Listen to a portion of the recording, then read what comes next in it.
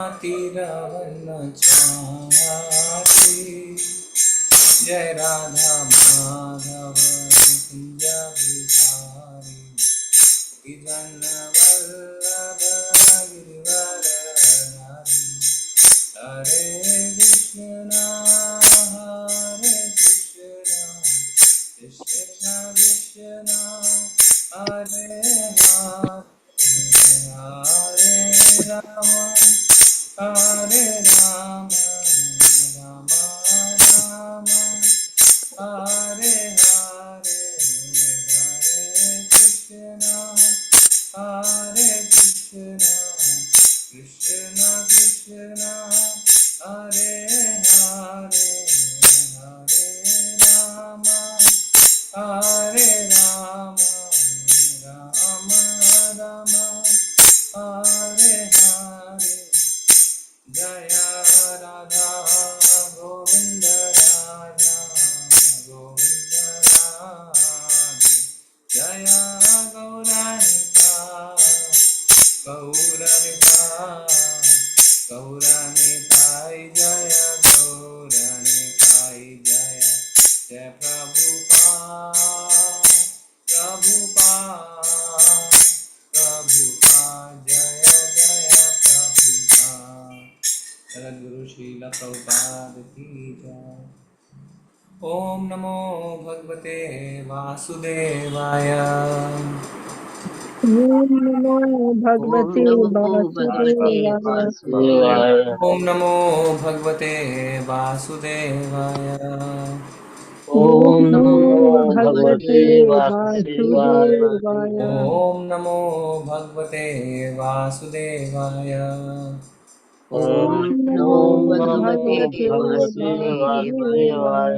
नारायणं नमस्कृत्य नारायणं नारायणं नमस्कृत्य नमस्कृत्य नरं चैव नरोत्तमं नरं नरं चैव चैव नरोत्तमं नरोत्तमं देवीं सरस्वतीं व्यासं देवीं देवीं सरस्वतीं सरस्वतीं व्यासं ततो व्यासं जयमुदीरये ततो ततो जयमुदीरये। जयमुदीरये। नष्टप्रायेषु भद्रेषु नष्टप्रायेषु नष्टप्रायेष्वभद्रेषु भद्रेषु नित्यं भागवत सेवया नित्यं नित्यं भागवत सेवया भागवतसेवया भगवते उत्तमश्लोके भगवते भगवते उत्तमश्लोके उत्तमश्लोके भक्ते भवति नैष्टिकी भक्तिर्भवति भवति नैष्टिकी। नैष्टिकी।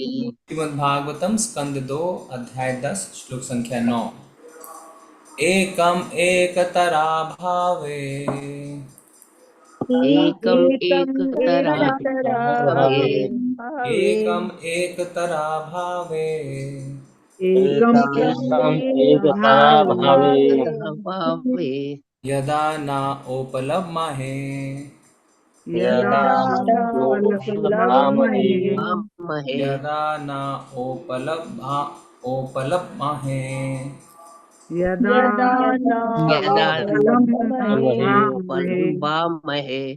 त्रितयं तत्र यो वेद चित्तयं तत्र यो त्रितयं वेद यत्र यो त्रितयं वेद। तत्र यो वेद प्रियतमं तत्र तत्र यो यो वेद। वेद आत्मा स्वाश्रयाश्रयः सः आत्मा आत्मा स्वाश्रयाश्रयः आत्मा स्व आश्रयाश्रयः सः आत्मा आत्माश्रयाश्रयः एकम् एकतरा भावे एकम् एकमेकतरा एकभावे भावे। यदा न उपलभामहे यदा यदा न नोपलभ्रामहे। त्रितयं उपलभ्यमामहे तत्र यो वेद त्रितयं तत्र तत्र यो वेदे।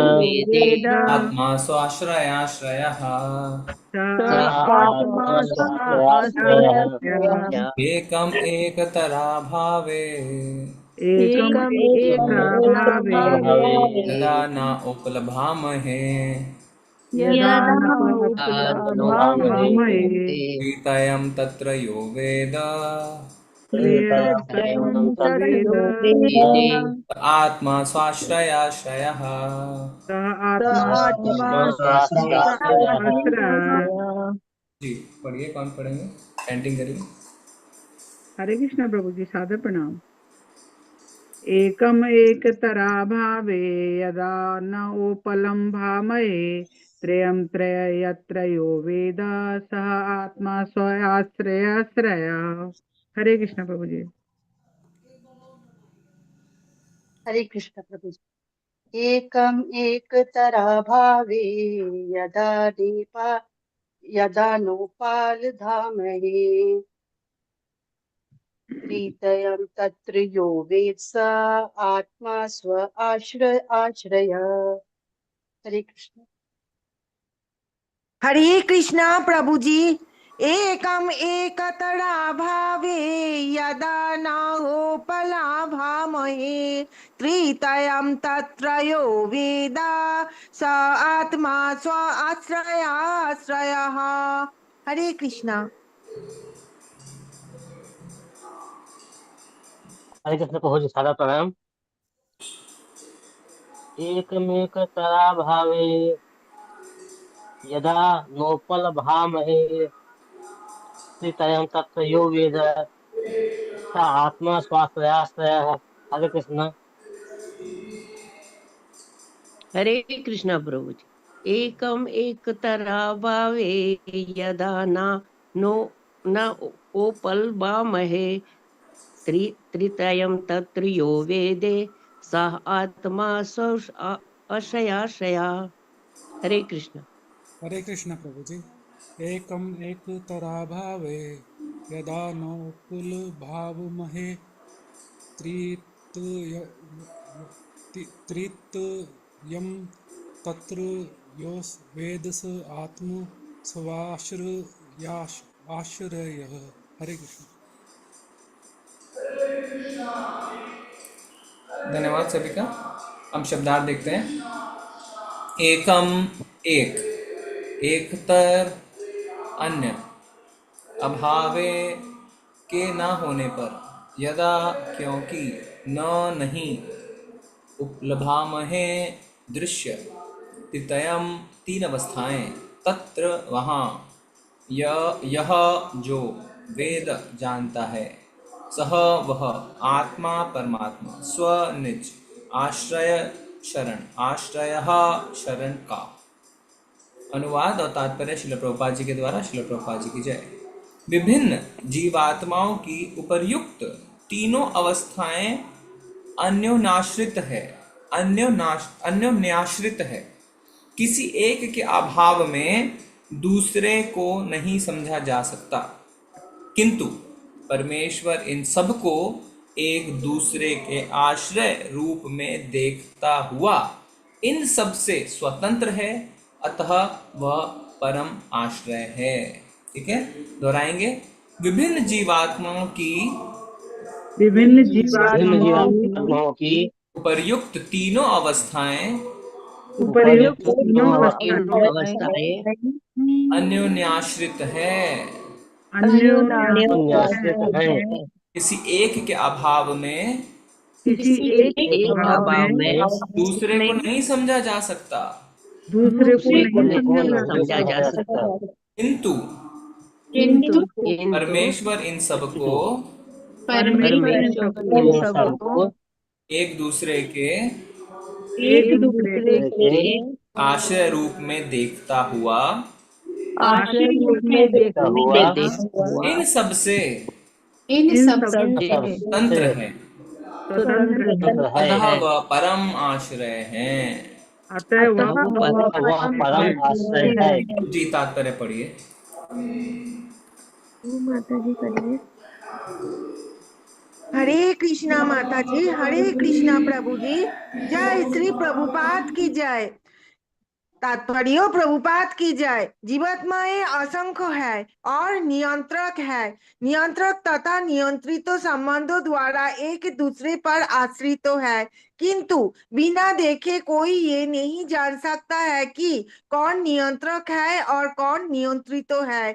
उदाहरणार्थ, सूर्य हमारी दृष्टि का नियंत्रक है। हम सूर्य को देखता है, लेकिन क्योंकि सूर्य के शरीर है, और सूर्य का प्रकाश केवल इसलिए उपयोगी है क्योंकि हमारे नेत्र है, हम देखते हैं। बिना नेत्रों के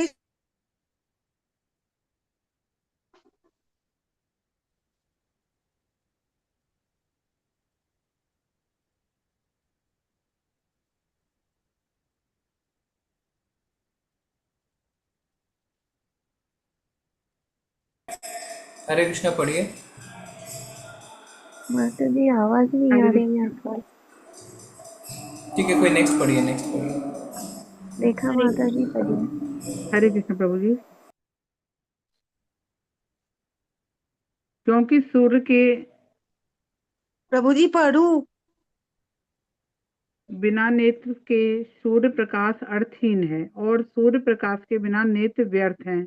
इस प्रकार वे अन्यों आश्रित हैं, इनमें से कोई भी स्वतंत्र नहीं है। अतः स्वाभाविक प्रश्न उठता है कि किससे इन्हें अन्यों आश्रित बनाया। जिसने ऐसा किया होगा वह अवश्य पूर्णतः स्वतंत्र होगा। जैसा कि श्री मद् भागवतम के प्रारंभ में कहा गया है, समस्त अन्यों आश्रित वस्तुओं का परम स्रोत पूर्ण स्वतंत्र तत्व होता है। इन सभी अन्यों आश्रित तत्वों का ऐसा स्रोत परम सत्य या परमात्मा है जो अन्य किसी वस्तु पर आश्रित नहीं है। वह स्वश्रयाश्रय है, वह केवल अपने आप पर आश्रित है। अतः प्रत्येक वस्तु का परम आश्रय हुआ है। यद्यपि परमात्मा तथा ब्रह्मा भगवान के आश्रित हैं, क्योंकि भगवान ही पुरुषोत्तम या परम पुरुष हैं, किंतु वह परमात्मा का ही स्रोत है। भगवत गीता में भगवान कृष्ण कहते हैं कि वे पुरुषोत्तम हैं और हर वस्तु के स्रोत हैं। अतः यह निष्कर्ष निकलता है कि श्री कृष्ण समस्त जीवों के यहाँ तक कि परमात्मा तथा पर ब्रह्मा के भी परम स्रोत तथा आश्रय हैं। यदि हम यह मान भी लें कि परमात्मा तथा आत्मा में कोई अंतर नहीं है, तो भी आत्मा माया के मोह से मुक्त होने के लिए परमात्मा पर आश्रित है। प्रत्येक व्यक्ति माया के चंगुल में फंसा है। अतः गुणात्मक रूप से परमात्मा से अनभिन्न होते हुए भी वह अपने को पदार्थ मानने के मोह से ग्रस्त है और इस यथार्थ जीवन के मोहमय विचार से उबर पाने के लिए आत्मा को परमात्मा के आश्रित रहना होता है, जिससे वह किसी रूप में मान्य हो। इस दृष्टि से भी परमात्मा परम आश्रय है और इसके विषय में किसी प्रकार का संदेह नहीं है। जीवात्मा या धन्यवाद। जी मतलब हरे कृष्ण। सत्येंद्र नंदी प्रभु जी पढ़िए। हरे कृष्णा माता जी, हरे कृष्णा प्रभु जी, सादर प्रणाम। तात्पर्य श्रील प्रपात जी द्वारा श्रील प्रपात जी की जय। व्यक्तिगत जीवात्मा या जीव सदा परमात्मा पर आश्रित है, क्योंकि व्यक्तिगत आत्मा अपनी पहचान भूल जाता है, किंतु परमात्मा अपनी दिव्य स्थिति को नहीं भूलते। श्रीमद् भगवद गीता में जीवात्मा तथा परमात्मा की इन पृथक स्थितियों का उल्लेख विशेष रूप से हुआ है।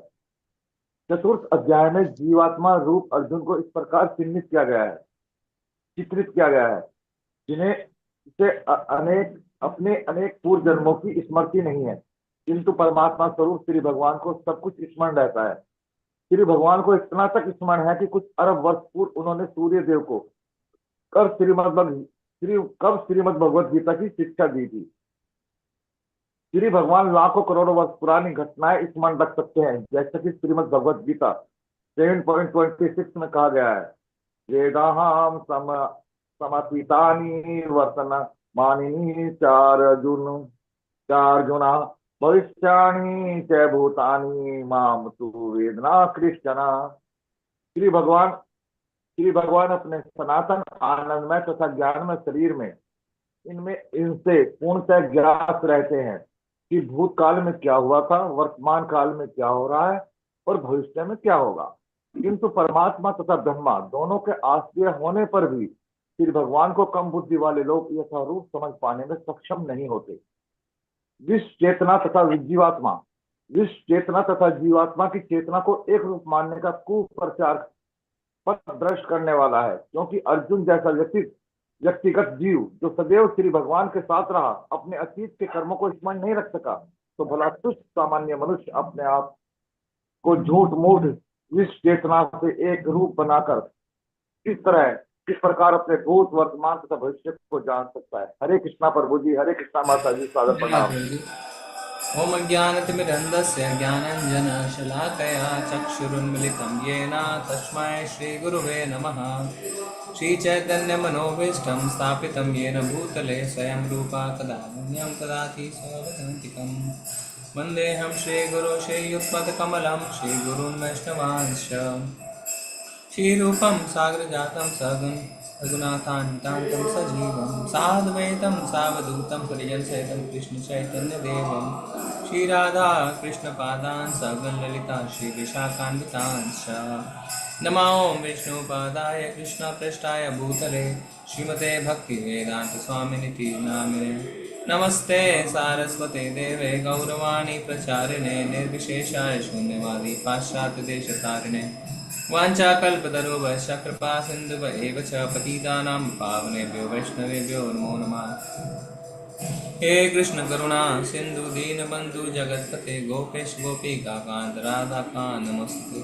तप्त कांचन गौरांगी श्री राधे वृंदावनेश्वरी वृषभानुसुते देवी प्रणमामि हरिप्रिये।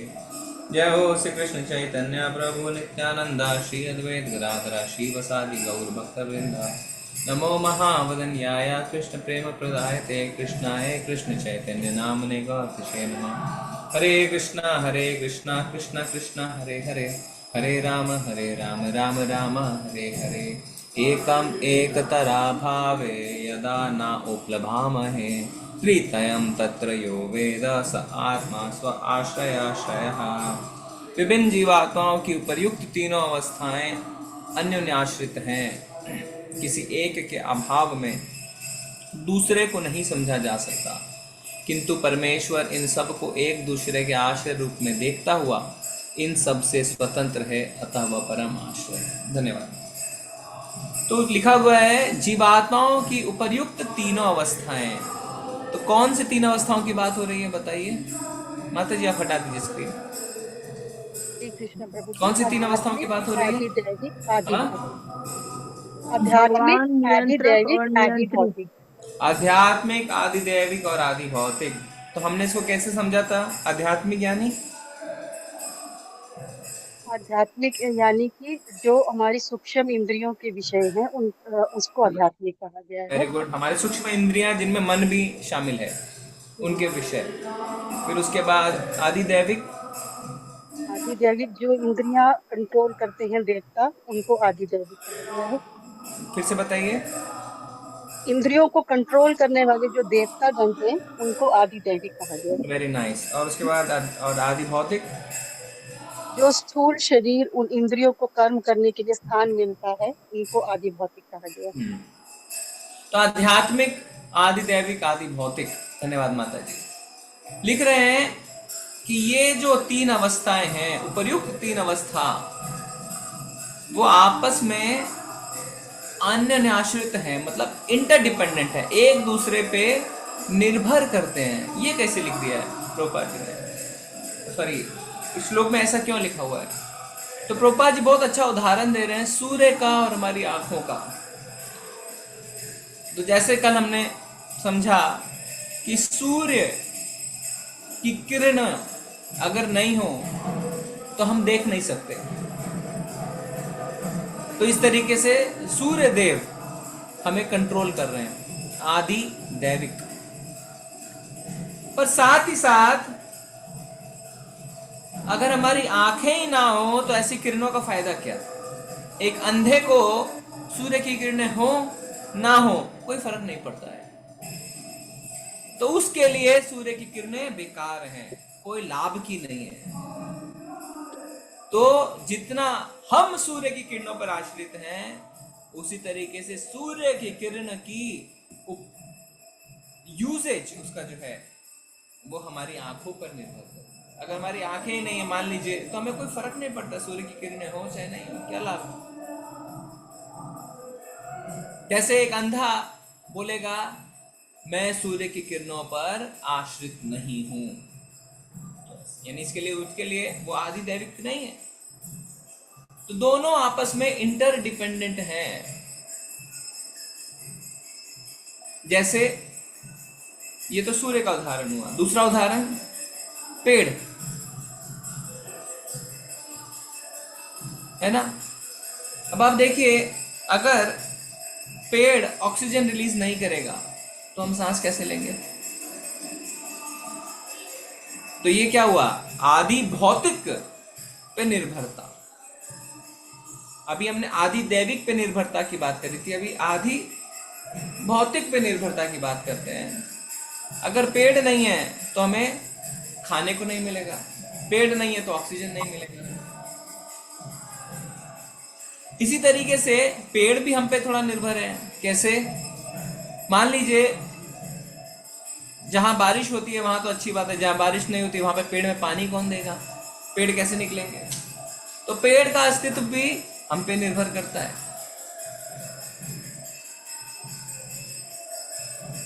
तो आपस में आदि भौतिक, आध्यात्मिक, आदि दैविक सब आपस में एक दूसरे पर अन्योन्य आश्रित हैं, डिपेंडेंट हैं। जैसे बादल, अगर बादल बारिश नहीं करेंगे तो हमें पानी कैसे मिलेगा? तो ये बात तो समझ में आ गया कि एक दूसरे पे चीजें डिपेंडेंट हैं। इसीलिए तो हम चिंतित हो जाते हैं। ग्लोबल वार्मिंग है तो हम चिंतित हो जाते हैं, पेड़ काटे जा रहे हैं तो हम चिंतित हो जाते हैं, मछलियों को इतना ज्यादा पकड़ा जा रहा है कि समुद्र में मछलियां कम हो रही है तो हम चिंतित हो जाते हैं। क्यों? क्योंकि हमारा अस्तित्व उन पे आश्रित है। हम सिर्फ अपने अस्तित्व के बारे में सोचते हैं, वास्तव हम ये नहीं सोचते हैं कि वो भी हम पे आश्रित है। उससे हमें मतलब नहीं है ना, हम सेल्फिश हैं। तो मॉडर्न साइंस में आप देखेंगे हमारे अस्तित्व को जो भी इम्पैक्ट करता है, अगर वो डिसबैलेंस हो जाए तो हम चिंतित हो जाते हैं। पर इससे बड़ा प्रश्न ये उठता है कि इन्हें आपस में किसने अन्योन्याश्रित बनाया? ऐसे अरेंजमेंट क्यों है कि हम एक दूसरे पे आश्रित हैं? ये बड़ा प्रश्न। तो इस श्लोक में कहा गया है परमात्मा, भगवान और ब्रह्म, तीन की चर्चा है ये हुई है। तो बता रहे हैं भगवान जो है उनकी अरेंजमेंट से ये सारी चीजें आपस में अन्योन्याश्रित हैं, एक दूसरे पे डिपेंडेंट हैं। तो अगर आप बड़े सामान्य तरीके से भी विचार करें तो जो व्यक्ति दूसरों पर आश्रित नहीं है वही व्यक्ति दूसरों को आपस में अन्योन्याश्रित बना सकता है। जो कंप्लीटली इंडिपेंडेंट है वही दूसरों को एक दूसरे के ऊपर डिपेंडेंट बना सकता है। अगर मैं भी किसी के ऊपर डिपेंडेंट हूं तो मैं ऐसा नहीं कर सकता। तो इससे सिद्ध होता है, प्रभुपाद जी लिख रहे हैं कि भगवान पूरी तरीके से इंडिपेंडेंट है।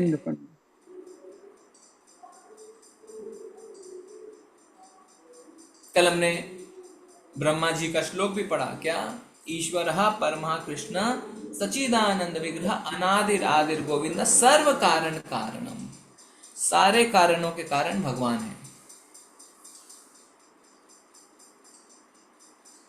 प्रभुपाद जी अपने तात्पर्य में चर्चा कर रहे हैं भगवान, परमात्मा और ब्रह्म की। और प्रभुपाद जी ने लिख दिया है एक जगह, परमात्मा भी भगवान पे आश्रित है। कोई इस बात को समझा सकता है? परमात्मा भी भगवान पे आश्रित है, ऐसा क्यों लिखा हुआ है? बताइए, कौन बताएंगे? परमात्मा भी भगवान पे आश्रित है। हरे कृष्ण प्रभु जी, जैसे हमने भगवद गीता में पढ़ा था, सूर्य, सूर्यलोक और सूर्य की किरणें, तो उसी प्रकार से हम लेते हैं भगवान, परमात्मा और ब्रह्म जी। हाँ बिल्कुल सही कहा माता जी, पर थोड़ा सा बताइए सूर्यलोक क्यों के अवसर पर भी सूर्य क्यों की रोशनी परमात्मा से भगवान पे प्रकाश। आश्रित है? प्रभु जी, जैसे भगवान से ही महाविष्णु आए और फिर महाविष्णु से जब गर्भोदकशाही विष्णु और क्षीरोदकशाही विष्णु आए, तो क्षीरोदकशाही विष्णु ही परमात्मा रूप में कण कण में विद्यमान है। Very good, thank you, perfect answer. तो परमात्मा है कौन? परमात्मा कौन है? क्षीरोदकशाही विष्णु का है। क्षीरोदकशाही विष्णु। तो जैसे माता ने समझाया कि भगवान से सबसे पहले कौन आते हैं? महाविष्णु। महाविष्णु। कि महाविष्णु से गर्भोदकशाही विष्णु और गर्भोदकशाही विष्णु से क्षीरोदय। क्षीरोदकशाही विष्णु। तो क्षीरोदकशाही विष्णु हुए कि नहीं आश्रित भगवान पे? हुए। तो परमात्मा भी भगवान पर आश्रित हैं। और प्रभुपाद जी ने एक बहुत ही सुंदर भगवत गीता का श्लोक इसमें कोट किया है। देखिए मैं दिखाता हूं आपको। 15वें अध्याय का 18वां श्लोक, अगर हिंदी में लगा सकते हैं तो लगाइए। इसमें लिख रहे हैं, because I am transcendental beyond both the fallible and infallible, and because I am the greatest, I am celebrated both in the world and the Vedas as that supreme person. भगवान कह रहे हैं, क्योंकि मैं आध्यात्मिक हूं, च्युत अच्युत के परे हूं, क्योंकि मैं सर्वश्रेष्ठ हूं, मैं दोनों जगतों में और वेदों में परम पुरुष के नाम से विख्यात हूं। कौन कह रहा है इसको? भगवान श्री कृष्ण खुद कह रहे हैं। कितना अच्छा श्लोक है, देखिए आप। कई लोग कहते हैं ना विष्णु परम है, कृष्ण परम है। ये श्लोक बता दीजिए उनको, ये श्लोक बता दीजिए उनको कि मैं परम पुरुष सुप्रीम पर्सन के नाम से विख्यात हूं। मैं कौन? कौन कह रहा है भगवत गीता? श्री कृष्ण, भगवान कृष्ण कहते हैं प्रभु जी। भगवान श्री देखिए सबसे अच्छी बात है, किसी को इस बात पर संशय नहीं है कि भगवत गीता भगवान श्री कृष्ण ने कही। किसी को संशय नहीं। कोई ये नहीं कहता कि विष्णु ने कही भगवत गीता। किसी का कोई मत है क्या? कोई कहना चाहता है विष्णु ने कही भगवत गीता? कहीं पढ़ा है? किसी नहीं। तो भगवान ने भगवत गीता कही, और जब भगवान भगवत गीता कहते हैं तो क्या लिखा जाता है? श्री भगवान उवाच। तो इसमें हमें डाउट क्यों है?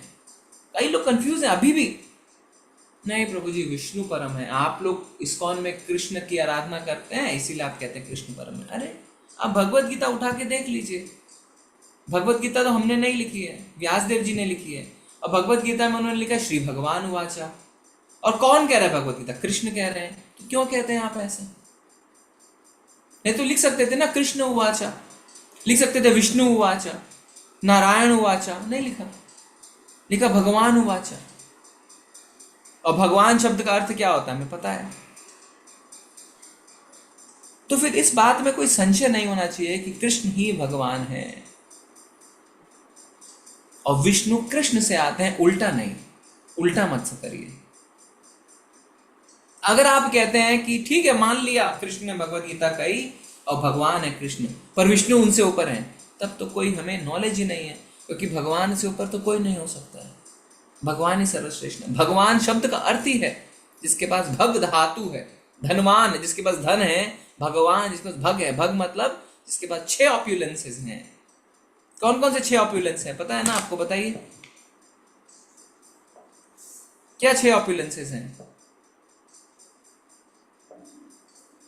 सौंदर्य, ऐश्वर्य, ऐश्वर्य, सौंदर्य, फिर पूर्ण सौंदर्य, पूर्ण ऐश्वर्य, पूर्ण बल, पूर्ण ज्ञान, पूर्ण वैराग्य, पूर्ण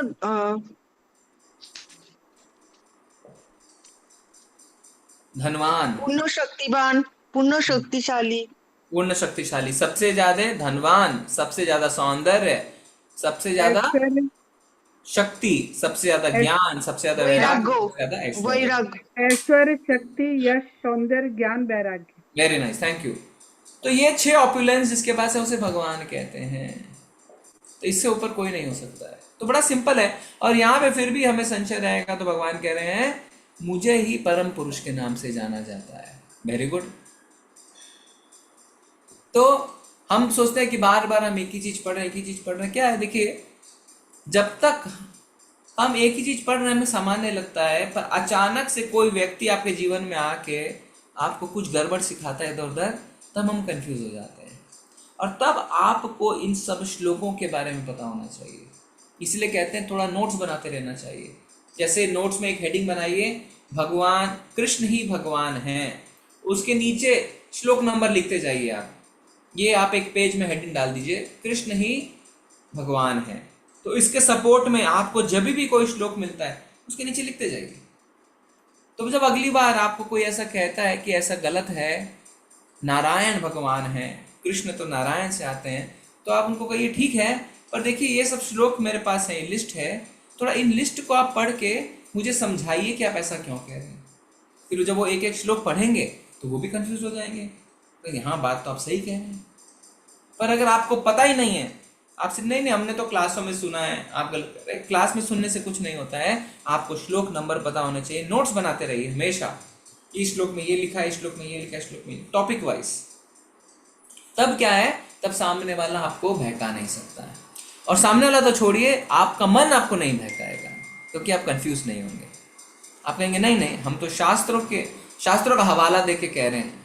हाँ, फिर अगर कोई कहता है नहीं ये ऐसा ही ऐसा ही ऐसा, वो अलग बात है। पर कम से कम आप उनको श्लोक दिखा सकते हैं जिसमें लिखा हुआ है कि कृष्ण ही भगवान, और कृष्ण खुद अपने मुख से कह रहे हैं। कई बार क्या होता है, दोस्त आपस में चापलूसी कर सकते हैं। जैसे जब अर्जुन ने भगवत गीता में भगवान को कहा कि आप ही परम धाम है, आप ही परम लक्ष्य है, आप ही परम है, साथ में ये भी कहा कि बाकी ऋषि मुनि भी आपके लिए ऐसा कहते हैं। क्यों? हो सकता है कि मैं आपका मित्र हूँ तो मुझे लोग चापलूस कह दें, पर ये सारे जो ऋषि मुनि हैं वो गलत नहीं कहेंगे। और यहाँ पे तो भगवान अपने मुख से कह रहे हैं, भगवान की कोई भी वाणी गलत नहीं है कि मैं ही वेदों के अनुसार क्या हूँ, मैं ही वेदों के अनुसार परम पुरुष हूँ, और दोनों जगतों में मैं परम पुरुष के नाम से विख्यात हूँ। दोनों जगत मतलब कौन से जगत? भौतिक जगत और आध्यात्मिक जगत। आध्यात्मिक जगत। फिर प्रभुपाद जी बोल रहे हैं, कई लोग कहते हैं कि जीवात्मा और परमात्मा का एक ही स्वभाव है। कई लोग कहते हैं जीवात्मा परमात्मा एक ही है। तो प्रभुपाद जी लिख रहे हैं, इस बात को स्वीकारते हुए कि जीवात्मा और परमात्मा में कोई अंतर नहीं है, फिर भी जीवात्मा परमात्मा पे निर्भर है अपने मोक्ष के लिए। क्यों? क्योंकि जीवात्मा माया के चंगुल में है, परमात्मा माया के चंगुल में नहीं है, और माया के चंगुल से निकलने के लिए वो परमात्मा पे आश्रित है। तो हमें कैसे पता चलेगा? इस बात का क्या एविडेंस है? भगवत गीता से बताइए एक श्लोक जिसमें ये सिद्ध होता है कि जीवात्मा माया से निकलने के लिए परमात्मा पर आश्रित है। कौन सा श्लोक है? कौन सा श्लोक है जिसमें लिखा है जीवात्मा माया से निकलने के लिए परमात्मा पे आश्रित है? बड़ा फेमस श्लोक है, बताइए। हरे कृष्ण प्रभु जी। हरे कृष्ण प्रभु जी। हरे कृष्ण। मम्मी का दैवी गुण जी, ये है क्या प्रभु? अरे बताइए दैवी गुणमयी है जी। देवी गुणमय हिषा देवी गुणमयी मम माया दुरतया मामे प्रपद्यते। हाँ जी प्रभु जी। माया में ताम तरन्ति। वेरी गुड जी। दैवी येषा गुणमयी मम माया दुरत्यया। भगवान कह रहे हैं, ये जो मेरी प्रकृति नाम से दैवी शक्ति है, मम माया दुरत्यया, इससे बाहर निकलना दुरत्यया बहुत मुश्किल है।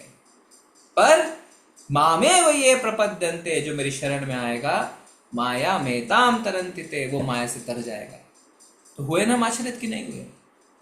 जीवात्मा परमात्मा पे आश्रित हुआ माया से निकलने के लिए। तो जो लोग कहते हैं आत्मा और परमात्मा में कोई अंतर नहीं है, उनको ये बात को कैसे समझा सकते हैं? अंतर है तभी तो हम उन पे निर्भर हैं माया से निकलने के लिए, तभी तो वो आपसे ऊंचे स्तर पे है। आप उन पे निर्भर होते हैं जो आपसे ऊंचे स्तर पे होते हैं, हम उन पे निर्भर हैं। तो आत्मा जीवात्मा, आत्मा परमात्मा एक नहीं है। अगर आत्मा परमात्मा एक है तो इस बात को कैसे समझाएंगे आप? नहीं समझा सकते है ना, कि हम कैसे निर्भर है उन पे माया से निकलने के लिए, नहीं समझा पाएंगे।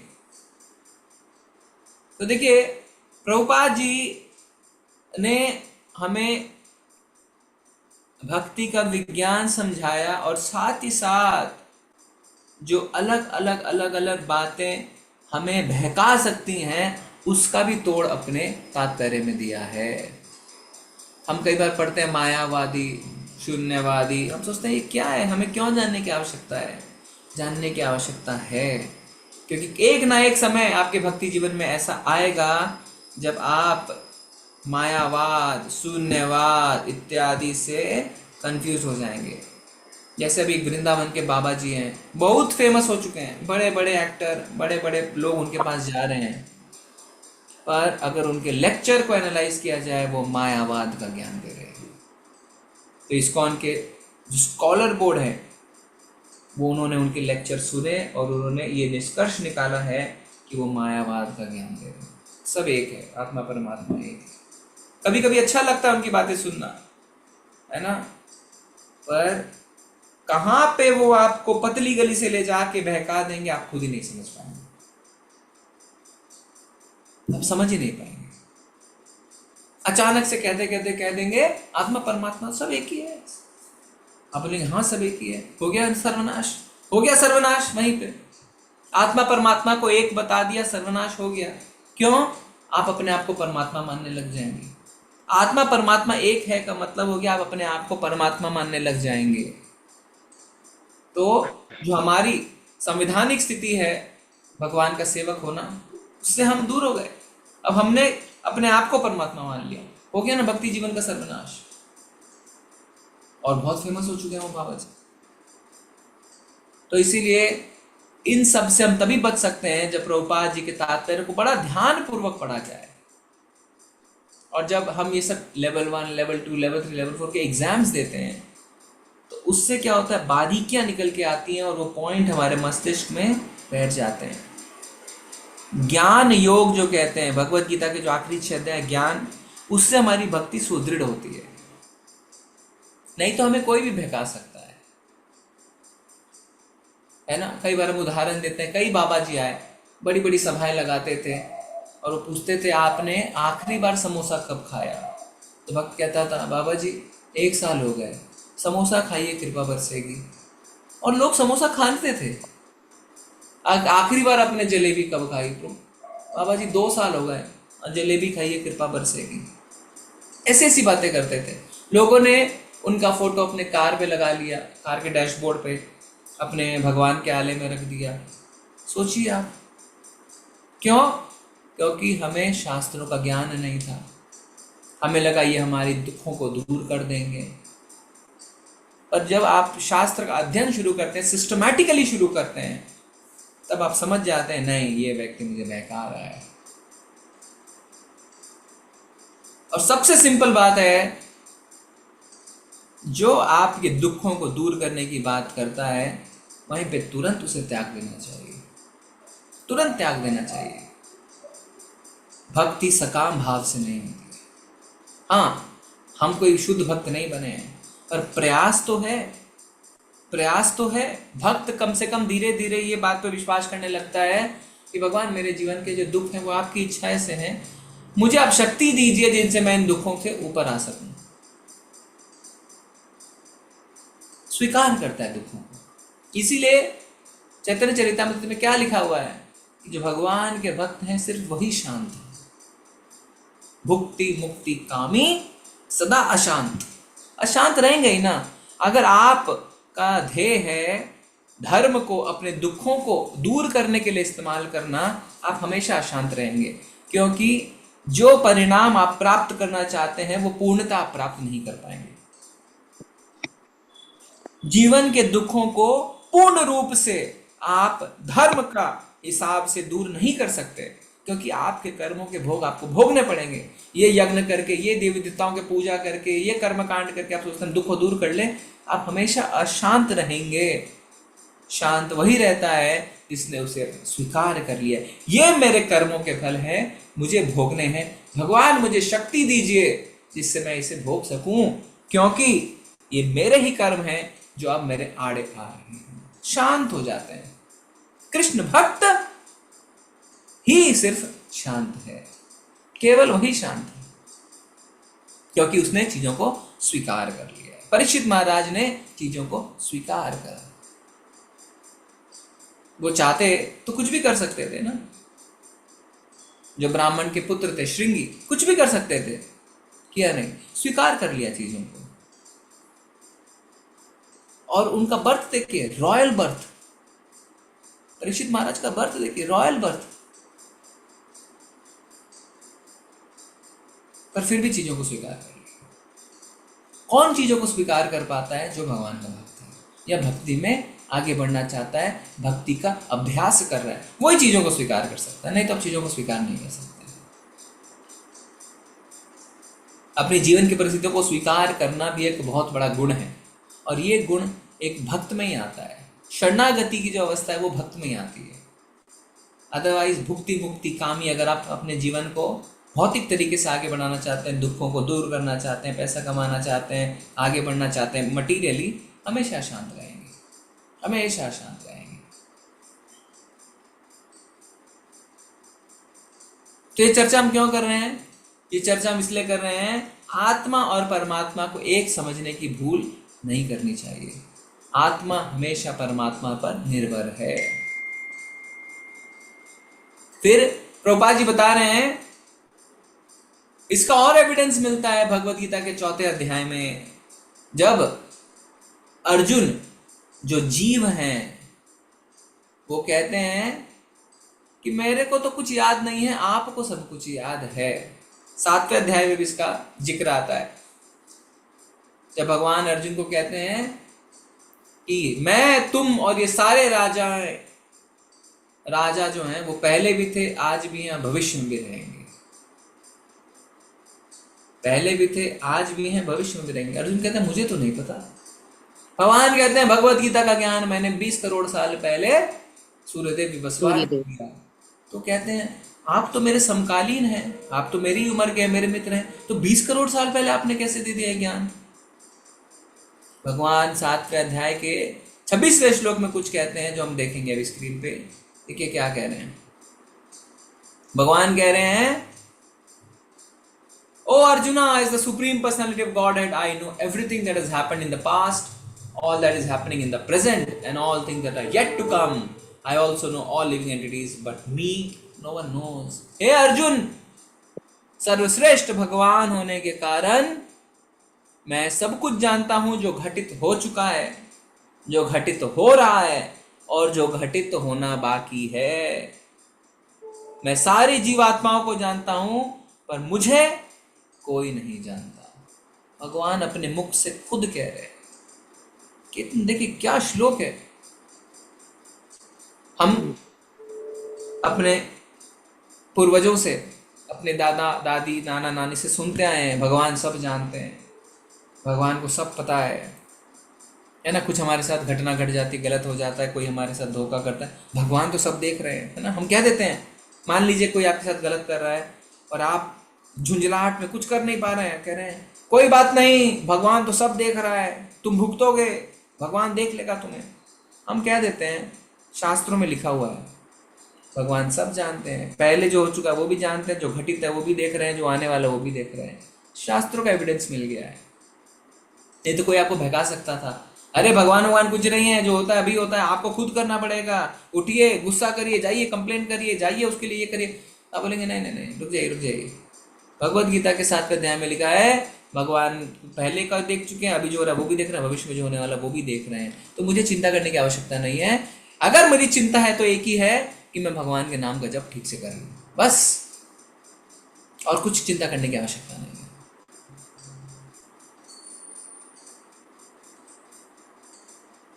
भगवान, आज सुबह प्रभु जी कह रहे थे, अगर एक गिलास पानी भी हम देते हैं, पुष्पम फलम तोयम, भगवान उसके लिए भी आपके प्रति कृतज्ञ रहते हैं, उसको भी नहीं भूलते हैं। अरे इसने मेरे को भक्ति भाव से एक गिलास पानी दिया, पत्रम पुष्पम फलम तोय। एक पत्ता चढ़ा देते हैं तुलसी का, एक फल दे देते हैं, भगवान खुश हो जाता है, अरे वाह इसने मुझे सेब खिलाया, आम खिलाया, भूलेंगे नहीं भगवान। तो क्या आप दिन भर अगर भगवान का नाम जप करेंगे, क्या भगवान आपको भूल जाएंगे? सॉरी, अवश्य रक्षिवे कृष्ण, भगवान हमेशा हमारी रक्षा करते हैं, रक्षा करते रहेंगे। और इस विश्वास को हम ज्ञान की तलवार से और ज्यादा शार्पन कर सकते हैं, और ज्यादा सुदृढ़ कर सकते हैं। ज्ञान हमारा हथियार है जिसके माध्यम से हमारी भक्ति और सुदृढ़ हो जानी चाहिए, नहीं तो भक्ति खाली भाव बन के रह जाएगी, सेंटिमेंट्स। और फिर कोई अप्रिय घटना अगर हमारे जीवन में घटेगी तो हम भक्ति छोड़ देंगे। विश्व युद्ध 2 के बाद कई लोग नास्तिक बन गए। क्यों? चर्च जाते थे, भगवान को कहते थे O Lord give me my daily bread, है ना, मुझे रोटी दीजिए, ब्रेड दीजिए। रोज सुबह जाते थे। विश्व युद्ध 2 हुआ, सारे परिजन मर गए, पति मर गए, पिता मर गए, बच्चे मर गए। भगवान से विश्वास उठ गया, ये कैसे भगवान है?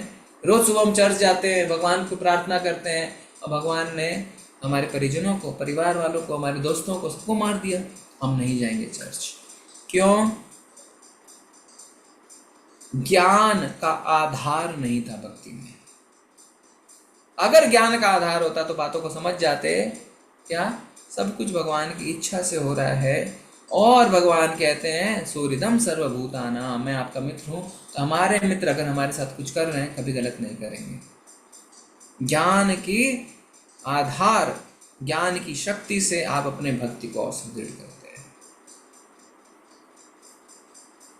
प्रभुपाद जी अंत में तात्पर्य में बताते हैं कि अर्जुन जैसे महान भक्त भी चीजों को भूल जाते हैं, है ना। कई बार जो, देखिए उसी बात को प्रभुपाद रिफ्यूट कर रहे हैं कि हम कहते हैं हमारी चेतना, हमारी जो कॉन्शियसनेस है वो परमात्मा की चेतना, विश्व की चेतना से एक हो जाए। क्या ये सब बातें कर रहे हैं?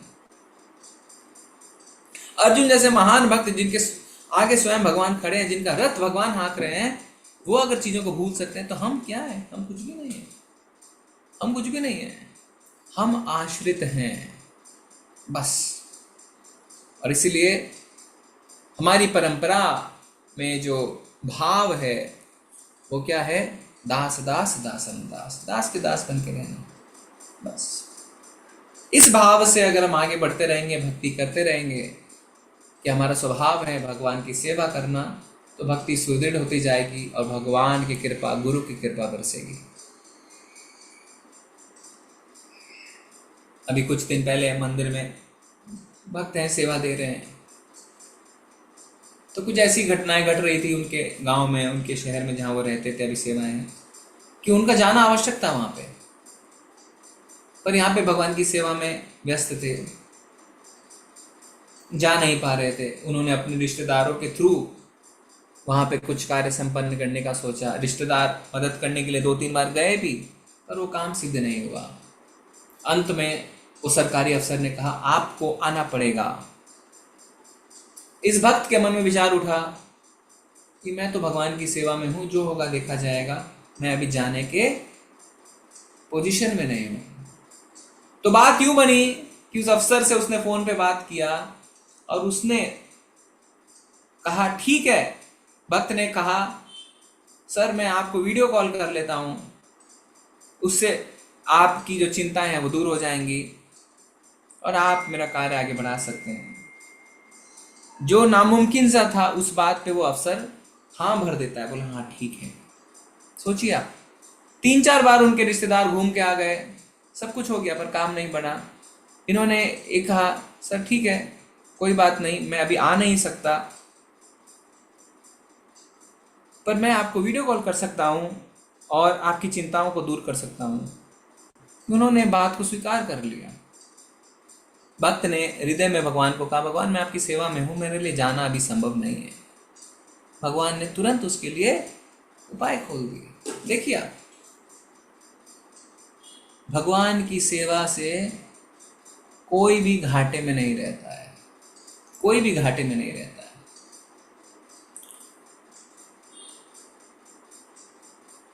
एक और व्यक्ति हमारे भक्त हैं, वो अपने मन की बातें बता रहे थे कि उन्हें किसी व्यक्ति के बारे में कुछ पता करना था। 4-5 साल से उन्हें कोई जानकारी नहीं मिल रही थी उस व्यक्ति के बारे में। कई लोग कहते थे पता लगाओ, किसी को कहो। तो अभी 3-4 दिन पहले उस भक्त ने यूं ही अपने मोबाइल में गूगल में सामने वाले व्यक्ति का नाम डाला, और आप विश्वास नहीं करेंगे कि उस व्यक्ति की जानकारी उसे मिल गई। जिस व्यक्ति के बारे में वो 4-5 वर्ष से जानना चाहता था, उसको तुरंत उसको जानकारी मिल गई। वो अवाक रह गया। तो जब उसने दिखाया लोगों को, तो उन्होंने कहा कैसे मिला, कैसे पता चला, हम तो नहीं कर पाए। उन्होंने कहा मैंने तो खाली गूगल में उनका नाम डाला और पता चल गया। क्यों? क्योंकि जब भी उन्हें लोग उकसाते थे पता करो उस व्यक्ति के बारे में, थोड़े दिन आ जाओ, थोड़ा समय बिताओ, उनके मन में ये चलता था मैं भगवान की सेवा में हूँ, मैं कैसे इन सब चीज़ों के पीछे अपना समय व्यर्थ करूँगा। भगवान की जैसी इच्छा वैसा, नुकसान होना होगा, पता लगने लगेगा। पर जब उचित समय आया, भगवान ने आशीर्वाद दिया और चीज़ें हो गई। लोग विश्वास नहीं कर पा रहे। बोले ऐसे इतना आसानी से? बोले तुम्हारे मन में कैसे आया उस व्यक्ति के बारे में जानने का? बोले बस मैं बैठा हुआ था, बस मैंने डाल दिया, आ गया। तो ये छोटी छोटी बातें हैं, पर भक्त इन छोटी छोटी रियलाइजेशन से अपने श्रद्धा को और दृढ़ करता हुआ जाता है कि भगवान हैं अवश्य रक्षिबे कृष्णा, कि ये जो मैं भगवान की सेवा में लगा हुआ हूँ ये व्यर्थ नहीं है, ये व्यर्थ नहीं है। भगवान खुद कहते हैं भगवद गीता में कि अगर कोई भगवान की मेरी सेवा में लगा हुआ है, बाकी चीज़ों की उसे चिंता करने की आवश्यकता नहीं है। अपने आप चीज़ें बनती चली जाएंगी, अपने आप परिवेश होता जाए। तो ये छोटी छोटी रियलाइजेशन से ही भक्त धीरे धीरे धीरे धीरे भक्ति में आगे कदम बढ़ाता है, और फिर जब और ध्यान से करता है, भगवान को धन्यवाद कहता है अपने हृदय में, अरे भगवान आप तो मेरे साथ हैं, मैं ठीक से आपकी सेवा भी नहीं कर पा रहा, फिर भी आप मेरा इतना ख्याल रख रहे हैं, मुझे इन भौतिक समस्याओं से जिससे मैं घिरा हुआ हूँ इसे आप निकाल रहे हैं, आपको बहुत बहुत धन्यवाद। और ध्यान से जब करता है, पर क्योंकि हम माया के प्रभाव में फिर हम भूल जाते हैं, फिर ऐसी कोई घटना घटती है, फिर भक्त का श्रद्धा और बढ़ जाती है। धीरे धीरे आप सबके साथ भी जरूर कोई ना कोई ऐसी घटना जरूर घटती हैं जिससे भगवान के प्रति हमारी श्रद्धा और बढ़ती जाती है, और बढ़ती जाती है। पर भगवान चाहते हैं, जैसे नारद मुनि को उन्होंने दर्शन दिए, नारद मुनि पूरी तरीके से एक्सटेसी में, पर फिर दर्शन नहीं दिए, उन्होंने कहा अब आप भक्ति करिए। तो भगवान चाहते हैं हम इस विधि को पूर्णतः पालन करें और धीरे धीरे धीरे धीरे एक एक कदम उठा के आगे बढ़ें और अपने जीवन को सफल बनाएं। ठीक है, इसी चीज़ के साथ हम आज की चर्चा बंद करते हैं। आप सबका बहुत बहुत धन्यवाद बने रहने के लिए। किसी का कोई प्रश्न है या किसी को कुछ इस चर्चा में और आगे जोड़ना है तो जोड़ सकते हैं। हरे कृष्णा।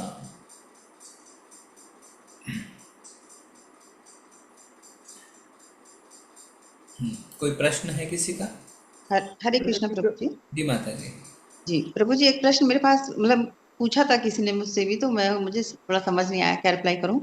जैसे वो है ना अध्याय 3 में यत कौन सा श्लोक नंबर 9 है शायद, यज्ञ अर्थात कर्मणो, यज्ञ विष्णु के लिए करना चाहिए जी। तो उसने मुझसे पूछा था कि इसमें विष्णु क्यों लिखा है, कि विष्णु के लिए करना चाहिए, अब कृष्ण क्यों नहीं लिखा है इसमें? तो कृष्ण होना चाहिए जब हम इस तरीके से, जैसे इस्कॉन के अंदर जो पढ़ रहे हैं उसके हिसाब से। तो प्रभु जी मैंने उसको बोला कि जैसे कृष्ण और विष्णु एक ही हैं, और जैसे बताते ना कि वो मतलब वृंदावन लोग गोलोक में इस तरीके से रहते हैं, और विष्णु क्या बोलते हैं उसको, अरे वैकुंठ धाम में ऑफिशियल रूप में रहते हैं जी। लेकिन प्रभु जी वो सेटिस्फाइड नहीं हो रहे थे, तो इसका थोड़ा सा आप बता दीजिए। नहीं, आपने बिल्कुल सही जवाब दिया कि विष्णु और कृष्ण में कोई अंतर नहीं है। और एक जगह आप देखें, यहाँ पे भगवान कहते हैं यज्ञ विष्णु के लिए करना चाहिए, और फिर आगे 10वें अध्याय में शायद कहते हैं यज्ञा नाम जप यज्ञ अश्मी, अश्मी मतलब मैं जी। जितने प्रकार के यज्ञ हैं उसमें नाम जप जो है वो सर्वश्रेष्ठ है, वो मैं हूँ। तो ये देखिए भगवान ने कहा है मैं नाम जप हूँ, तो कह दिया ना, कह दिया मेरे लिए जप करो।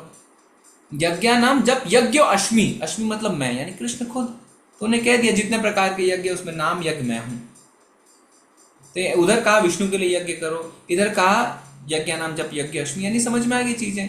भगवान कह रहे मेरे लिए यज्ञ करो, मेरे लिए नाम जप करो, नाम यज्ञ मैं हूँ, सर्वश्रेष्ठ यज्ञ नाम यज्ञ है, वो आप करिए, मेरे लिए करिए, वो मैं हूँ, है ना। तो ये आप श्लोक उनको बता सकते थे, और कन्विंस हो जाएंगे। ठीक है, जी जी प्रभु, थैंक यू। हरे कृष्ण। हरे कृष्ण प्रभु जी। जी प्रभु। प्रभु जी एक छोटा सा सवाल है, सत्यनारायण भगवान और विष्णु भगवान इनमें क्या फर्क है प्रभु जी? देखिए नारायण और विष्णु है ना एक ही है, हमें अपने लेवल पे यही जानना है, नारायण विष्णु एक ही है, कोई डिफरेंस नहीं है। कृष्ण को एक स्तर पे रखिए, विष्णु को नीचे स्तर पे रखिए, बस। और ज्यादा घुसना, ऐसे हैं नारायण है, प्रद्युम्न है ना, इस तरीके से बहुत सारी आ जाती हैं, पर हम उसमें नहीं घुसेंगे क्योंकि हमारा वो लेवल नहीं है।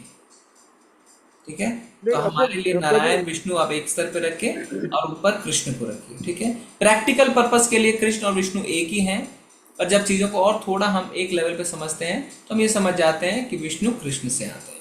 क्योंकि जब लोग आपको ये बोलेंगे कि कृष्ण विष्णु से आते हैं, तब आपको ये चीज़ पता होनी चाहिए। बाकी प्रैक्टिकल रूप से जैसे माता जी ने कहा, घर और ऑफिस, ये डिफरेंस है कृष्ण और विष्णु में। ओके, हाँ प्रभु जी, जैसे यही चीज थी मेन, जैसे अभी आपने बोला ना कि वो एक थिन लाइन जो बतानी है, वो इसी पे अटक गए थे कि आप लोग जैसे बताते हो कि विष्णु जो कृष्ण से आते हैं, तो वो इस चीज को लेकर थोड़ा सा मतलब बोल रहे थे कि नहीं नहीं, ये मैं सेटिस्फाइड नहीं हूँ उससे। कोई बात नहीं है, वो बात नहीं है, वो सेटिस्फाइड नहीं रह सकते हैं, कोई बात नहीं है, उनको सेटिस्फाई होना पड़ेगा उनको, क्योंकि और कोई मार्ग नहीं है और कोई रास्ता नहीं है ना। जी जी। हरे कृष्ण प्रभु जी, एक छोटा सा और सवाल है प्रभु जी। लोग पूछते हैं सत्यनारायण नारायण और लक्ष्मी इनमें क्या रिलेशन है? या सत्यनारायण नारायण और विष्णु भगवान, नारायण सत्यनारायण और लक्ष्मी माता, इनमें क्या मतलब रिलेशन क्या है? नहीं, लक्ष्मी तो टोटली अलग है। लक्ष्मी और नारायण में क्या डिफरेंस हो तो पता है ना, लक्ष्मी नारायण की विष्णु की पत्नी है। जी जी, सत्यनारायण और नारायण एक ही है ना प्रभु जी? हाँ, वही की मानिए। ठीक है, और उनकी पत्नी जो है विष्णु अपना लक्ष्मी माता है। जी ठीक है, ठीक है, बाकी जी जी। हरे कृष्ण प्रभु जी, हरे कृष्ण, हरे। ओके, लक्ष्मी माता जी आपका कोई सवाल है? लक्ष्मी कीर्ति माता जी, आपने हाथ उठा रखा है, क्या रीडिंग के लिए उठाया है? ओके, नहीं प्रभु जी, मैं रीडिंग के हैंड रेस था। ठीक है, धन्यवाद। ठीक है, तो चलेंगे हम सब, फिर कल मिलेंगे अगले श्लोक के साथ। आई थिंक ये इस कैंटो का, सॉरी इस चैप्टर का आखिरी, नहीं सॉरी इस कैंटो का आखिरी अध्याय है, करेक्ट। फिर इसके बाद अगला कैंटो शुरू हो जाएगा, राइट। ठीक है, धन्यवाद आप सभी का। वांछा कल्पतरुभ्यश्च कृपा सिन्धुभ्येव च पतितानां पावनेभ्यो वैष्णवेभ्यो नमो नमः। अनंत कोटि वैष्णव वृंद की जय। नामाचार्य श्री रविदास प्रभुपाद की जय। ग्रंथ राज श्रीमद् भागवतम की जय। हरे कृष्ण हरे कृष्ण। कृष्ण।